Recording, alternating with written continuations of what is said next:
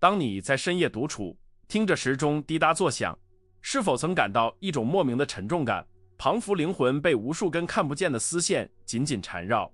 那种感觉并非来自肉体的疲惫，而是源于一种深层的焦虑，一种在追求自我与迎合世界之间不断拉扯的内耗。我们生活在一个以前所未有的速度交换信息的时代，社交媒体上的精致生活、同龄人的成功捷径，以及父母与社会的无形期许，交织成一张巨大的网。在这张网中，我们战战兢兢地维护着自己的形象，试图在每个场合都表现得完美无缺，却在不经意间丢失了那份最初的纯粹的内在宁静。斯多葛学派的圣贤马可·奥勒留曾在《沉思录》中深刻地问道：我常感到惊讶，为什么每个人爱自己胜过爱他人，但在衡量自己的价值时，却更看重他人的意见，而不是自己的判断。这句话在2000年后的今天听起来依旧振聋发聩。我们往往把快乐的钥匙交给了陌生人的点赞，或是同事的一句冷嘲热讽。当我们追求那种被认可的纪律感时，那真的是来自于内心的力量吗？还是仅仅是为了逃避被群体排斥的恐惧？这种对外界评价的过度依赖，正是我们在自律道路上遭遇的第一道，也是最致命的一道障碍。想象一下，如果你不再需要证明给任何人看，你的生活会发生什么变化？现实是，大多数人的自律只是另一种形式的演戏。我们在健身房打卡，是为了让别人看到我们很努力；我们在深夜加班，是为了让上司觉得我们很忠诚。这种表演式自律，就像是沙滩上的城堡，一旦社会压力的潮水退去，便会迅速崩塌。斯多葛哲学告诉我们，真正的自律不应是为了赢得掌声，而应是为了与自然和谐相处。如果你的纪律是建立在别人的目光之上，那么你并非自己的主人，而是社会期待下的囚徒。我们必须意识到，那种被社会推着走的伪自律，其实是一种深层的自我背叛。每当你为了迎合他人的审美而节食，或为了所谓的职场成功而牺牲原则时，你都在消减内心的神圣堡垒。塞内卡曾指出，命运牵着那些愿意跟随的人走，却拖着那些不情愿的人前行。当我们在社会压力下被迫变得优秀时，我们就是被命运拖行的人。这种压力会产生一种窒息感，让我们分不清哪些目标是自己的，哪些是社会强加的。我们需要的不是更强大的意志力，而是更清醒的洞察力，去刺破外界评价的泡沫。在群体的狂热中保持清醒，需要一种近乎残酷的诚实。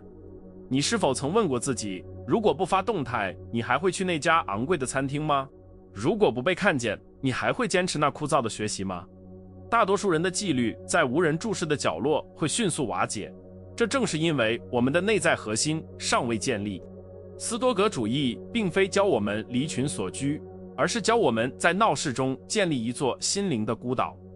这座岛屿不依赖于外界的风和日丽，它有自己的根基。我们现在面临的挑战是如何从那种为他人的期望而活的奴役中解脱出来，寻回那种真正属于自己的力量。社会压力往往伪装成上进心和责任感。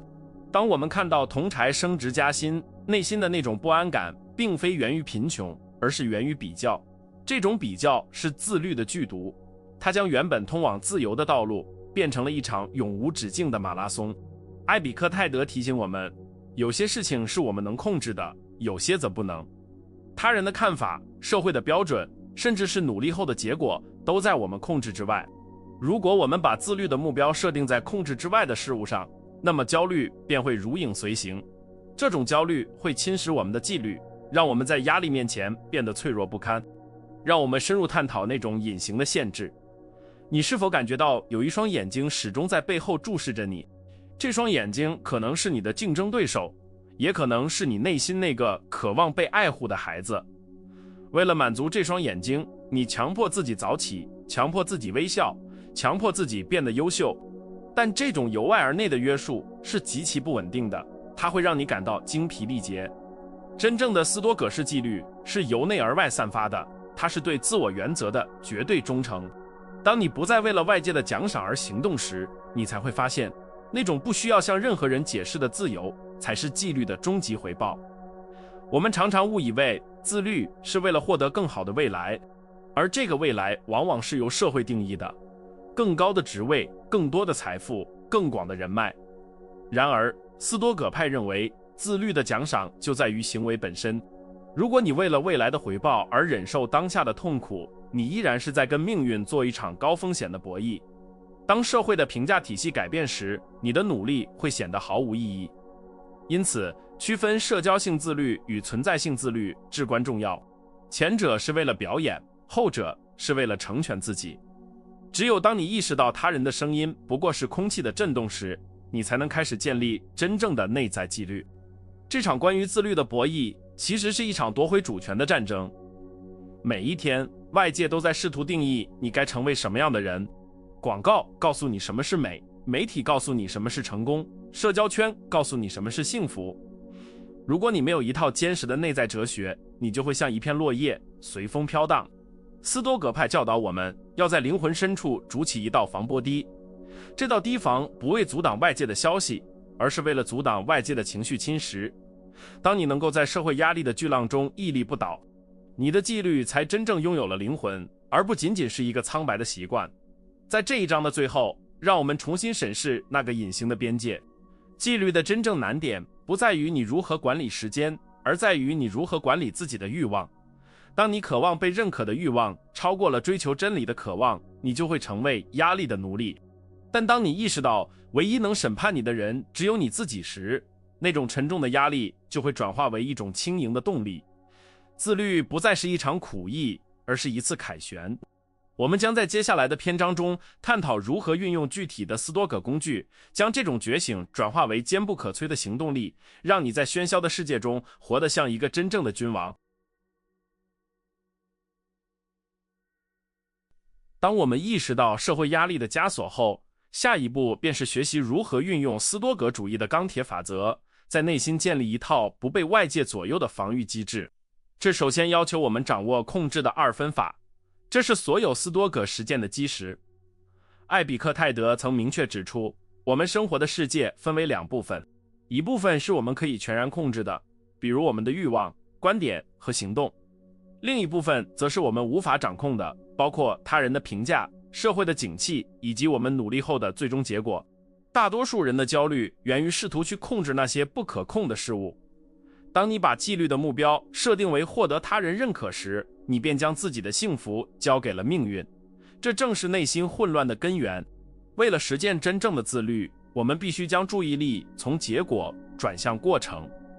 在斯多葛哲学中，这被形象地比喻为一名弓箭手。射箭手可以控制自己的训练强度、对弓箭的保养、瞄准的精度以及放箭的时机，但一旦箭离弦而出，风向的变化或猎物的移动便不在他的控制范围内。一个拥有斯多葛自律的人会因为自己完美地完成了射箭的动作而感到满足，而不是仅仅依赖于是否射中目标。当我们在工作中应对社交压力时，如果我们能专注于展现自己的职业道德和品格，而非纠结于同事的眼光，我们就能从那种无形的束缚中解脱出来，获得纯粹的行动力。另一个强大的工具是预演不幸。社会压力往往源于对失去的恐惧、失去地位、失去好感或失去舒适。斯多葛派建议我们每天清晨预想可能发生的最糟情况：你被朋友误解了，你的努力被忽视了，甚至你因为坚持原则而遭到孤立。这并非消极悲观，而是一种深层的心理防御。当你在心智中已经历过这些挫折，现实中的社会压力就会失去它的威慑力。你会发现，即使最坏的情况发生，你内心的理性和德性依然完好无损。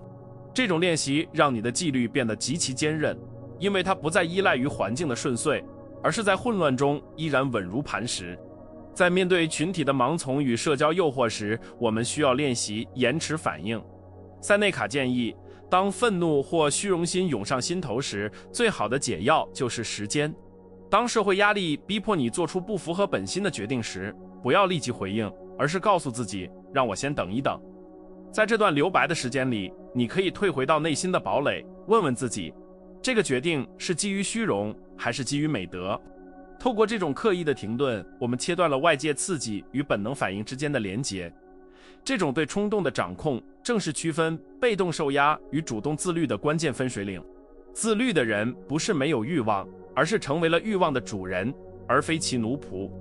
斯多葛主义还强调生活简朴的实践，这在物欲横流的现代社会尤为重要。为了对抗那种必须看起来成功的压力，我们可以定期练习自愿受苦，例如每个月挑选几天穿最朴素的衣服，吃最简单的食物，甚至切断所有社交网络。塞内卡曾写信给卢奇利乌斯说，你要空出几天，满足于最廉价的饮食和粗糙的衣服，然后问自己，这就是我所恐惧的情况吗？对，当你发现即使没有社交媒体的关注，没有物质的装饰，你依然能活得充实且有尊严时，社会对你的掌控力就会彻底瓦解。这种对物质依赖的剥离能赋予你前所未有的心理自由。在建立纪律的过程中，我们必须学会与孤独共处。社交压力本质上是人类作为群居动物对被遗弃的原始恐惧。然而，斯多葛派认为，灵魂的自我完善往往是在安静中完成的。当你不再恐惧孤独，你就不再需要透过迎合大众来换取安全感。这并不意味着我们要变得冷漠，而是要建立一种选择性社交。与其追求广泛的人脉，不如追求深度的灵魂契合。马可·奥勒留提醒我们，人可以在任何地方退隐，但没有任何地方比自己的灵魂更安静，更远离烦恼。当你学会了在内心寻找慰藉，你对外界评价的依赖自然会降到最低，纪律也会变得纯粹。为了深化这种内在纪律，我们需要建立每日回顾的习惯。每天睡前，像一位严厉但公正的法官一样审视自己的行为，问问自己，今天我有没有因为害怕别人的看法而违背原则？我有没有在面对压力时失去情绪的控制？这种自省不是为了自我羞辱，而是为了查漏补缺。斯多葛派相信，未经审视的生活是不值得过的。透过这种持续的自我监控，我们在内心建立了一个比社会法律更严苛的准则。当你的行为基准来自于这套内在的法典，而非外界多变的风向，你便真正掌握了自律的主动权。这种持续的修正是通往卓越的必经之路。我们还必须理解，德性是唯一的善。在社会压力下，我们常被迫在正确的事与受欢迎的事之间做选择。斯多葛主义坚定地站在德性这一边。如果一件事在道德上是错误的，那么即使它能为你带来名声或财富，也不值得去做。当你把德性视为人生的最高目标时，社交压力就变成了一种磨刀石。每一次拒绝不合理的请求，每一次坚持孤独的真理，都是在锻造你灵魂的韧性。纪律在这种坚持中得到了升华，它不再是痛苦的自我约束，而是一种对自我价值的高度肯定。你所展现出的力量，最终会赢得他人真正的尊敬。在处理现代职场或社交关系中的竞争压力时，斯多葛派建议我们采取整体视角。当你因为别人的成功而感到压力时，试着想象从宇宙的高度俯瞰大地。在这个宏大的视野中，所有的头衔、财富和竞争都显得渺小如尘埃。这种由上而下的观看法能迅速平息我们内心的嫉妒与焦虑。你会意识到，追求与他人竞争是多么愚蠢，真正的竞争只存在于昨天的你与今天的你之间。这种心态的转变能让你的自律从浮躁的回应转变为沉稳的耕耘。当你不再看两侧的对手，你的脚步才会变得更加坚定。最后，我们要明白，真正的自律是一场与自己的马拉松，而非与社会的短跑。外界的压力就像天气，时而晴朗，时而暴风雨，但你的内心应该始终保持恒温。斯多葛哲学赋予我们的不是屏蔽情感的冷酷，而是转化情感的智慧。透过将每一次社会压力都视为一次练习勇气、节制、正义、智慧这4种核心德性的机会，我们把原本的痛苦转化为成长的养分。这种转化能力是斯多葛自律最迷人的地方。在接下来的篇章中，我们将探讨如何将这些心法应用于具体的生活场景，破解那些看似无法逾越的纪律困境。当我们掌握了斯多葛的心法，真正的挑战才刚刚开始，那就是如何将这些古老的智慧应用于充满诱惑与冲突的现代生活。我们每天都处于社会压力的火线上，从职场的权力游戏到社交平台的无形攀比。斯多葛主义并非要求我们逃离世界，而是要求我们在世界中心保持清醒。首先，我们必须学会处理情绪的初级反应。当你受到同事的羞辱或遇到不公正的对待时，内心的愤怒与不安是自然的生理冲动。斯多葛派将此称为鲜艳印象。纪律的体现不在于抹除这些感觉，而在于你是否同意这些印象。你要在心中建立一个过滤网，告诉自己，这只是我的感觉，并不代表客观的事实。在面对职场上的内卷、压力时，我们最需要的是重新定义成功。当身边的人都在为了更高的职位而不择手段时，你的斯多葛式纪律会提醒你，真正的晋升是人格的完善。你可以选择在工作中保持专注与高效，但这并非为了击败对手，而是为了履行你作为一个理性能动者的职责。塞内卡曾说，只要你还在关注别人在做什么，你就是在荒废自己的生命。当你把工作的焦点从赢过他人转向精进技艺，那种来自竞争的焦虑就会消失。你的自律变得纯粹而稳定，因为它不依赖于排行榜上的名次，而是源于你对卓越品质的自我要求。社交媒体是当代最严酷的意志力战场。每当你点开那些充满滤镜的照片，大脑就会不自觉地陷入比较的陷阱。这时，你需要运用主动的冷淡。斯多葛派教导我们要对那些中性且无关紧要的事物保持疏离。别人的奢华旅游、精致餐点，本质上对你的灵魂修炼毫无注意。练习在信息洪流中保持沈默，不随波逐流的评论，不急于分享自己的生活以博取关注。这种社交上的隐喻是极高境界的自律。当你学会了不在数字化的掌声中寻找自我，你就会发现你省下了大量的心理能量，可以用来专注于那些真正能让你内心成长的严肃事物。我们还需要应对亲密关系中的压力。往往最爱我们的人会给我们施加最大的期望压力。父母的担忧、伴侣的期待，有时会成为我们坚持自我的阻碍。斯多葛主义告诉我们，要用理性去爱，而非用依赖去爱。在不违背爱与责任的前提下，我们必须坚守内心的边界。如果为了迎合亲人的期望而放弃了真理与德性，那不仅是对自己的背叛，也是对关系的长期毒害。真正的纪律是在温柔中保持坚定，向他们展现，一个自律且拥有独立灵魂的人，才是最值得信赖与依靠的。这种基于原则的爱，远比基于恐惧的顺从要强大得多。在日常琐事中，我们应练习微小的自律来对抗社交懒惰。比如，在群体都选择抱怨天气或政策时，你选择保持沉默或寻找建设性的视角。在大家都因为压力而放纵饮食、熬夜社交时，你依然坚守自己的作息。这些细微的选择看似微不足道，却是在不断强化你内心的免疫系统。斯多葛派相信，宏大的德性是由无数微小的正确决定累积而成的。每一次你抵制住随大流的诱惑，你都在向自己的潜意识发送一个信号：我是我自己的主人。这种微小的胜利会在你真正面临重大人生考验时，转化为排山倒海般的意志力量。处理失败的社会压力是另一个关键课。在一个只崇尚成功的社会，失败往往伴随着巨大的羞耻感。但对于斯多葛践行者来说，失败仅仅是一个客观事件，它是命运提供的另一种素材。当你的项目失败或创业告终，外界的嘲讽与同情会接踵而至。此时，你的纪律体现为对自我价值的重新锚定。马可·奥勒留提醒我们，障碍就是行动的火种。如果你的目标是修炼内心，那么失败反而是比成功更好的教练。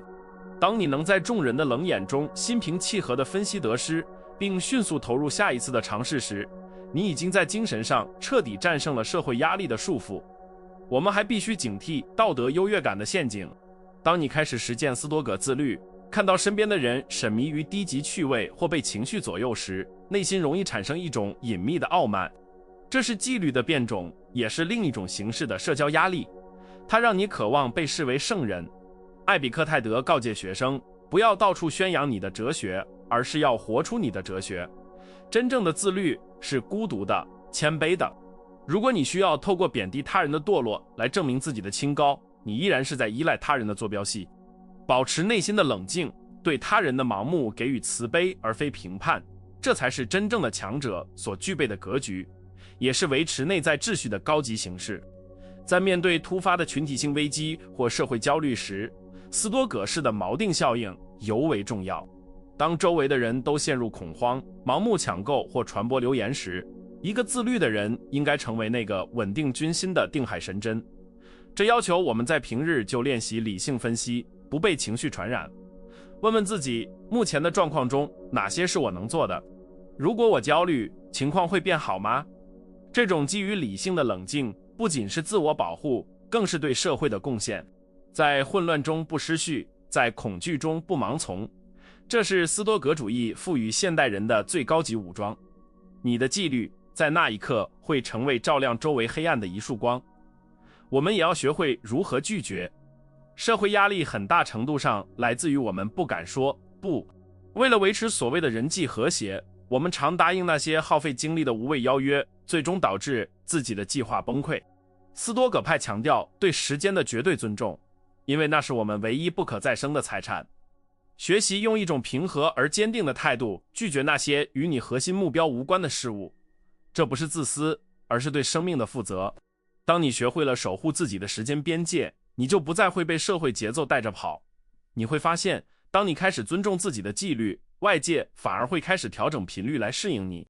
最后，我们要建立一种战斗心态。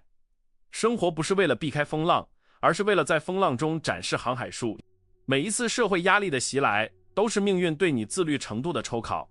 不要祈求压力消失，而要祈求自己拥有更强壮的灵魂。斯多葛主义教给我们的不是一套避世的技巧，而是一套入世的盔甲。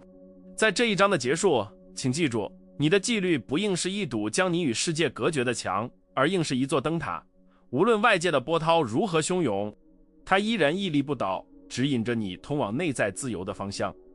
我们将在最后一章探讨如何将这种力量升华，达到与宇宙的和谐统一。当我们穿透了社会压力的迷雾，并在现实的战场中磨砺了意志，我们便来到了修行的高峰，从宏观的宇宙视角审视这一切。斯多葛派最震撼人心的教导莫过于死亡提醒。请试着想象，此刻你正站在人生的终点，回头望向那些曾经让你焦虑万分的社交压力，那些为了迎合他人而做出的妥协，以及那些因为害怕评判而放弃的梦想。在死亡这面绝对的镜子面前，外界的眼光显得如此卑微且毫无意义。塞内卡曾感叹，我们在活着的时候就像是永生不死一样浪费时间。真正的自律是意识到生命随时可能终结，因而每一秒都必须为自己的灵魂而活，而不是为了社会的幻影。这种对死亡的觉知并非让我们消极避世，而是赋予我们一种激进的行动力。当你明白他人的嘲笑或赞美都会随住时间化为尘埃，你就会获得一种近乎神圣的勇气去执行那些你认为正确的事。这种纪律不再是苦涩的强迫，而是一种对生命诚信的捍卫。我们在呼吸之间就在与命运博弈。斯多葛派要求我们与宇宙的理性保持一致，意识到我们只是这浩瀚剧本中的一个角色。你的职责不是去修改剧本，而是把分配给你的那个角色演到极致。无论你的角色是身处高位还是平凡普通，那种不被外界动摇的优雅，就是你对宇宙最高敬意的表达。我们必须理解爱慕命运的真谛。社会压力往往来自于我们对现状的不满，我们总想逃离当下的环境，去追逐一个社会定义的更高级的生活。但斯多葛主义教导我们，不仅要忍受命运，更要热爱命运。发生在你身上的一切，无论是社会的排挤还是孤独的挑战，都是为了锻造你而量身定制的素材。不要抱怨压力太大，因为压力正是通往纪律的阶梯。当你能够张开双臂，拥抱所有的逆境，并将其视为灵魂进化的燃料时，你就已经立于不败之地。外界再也没有任何力量可以摧毁你，因为你已经将所有外在的阻碍转化为了内在的动力。现在让我们再次抬头仰望星空，实践由上而下的观看法。在银河系的尺度下，人类的文明不过是瞬息间的光影，而你所担心的那点社交尴尬，那点职场纷争，甚至连微尘都算不上。这种宇宙式的豁达能瞬间治愈我们对被认可的病态渴望。马可·奥勒留常在深夜这样告诫自己，那些追逐名声的人很快就会忘记一切，而他们也会被一切所遗忘。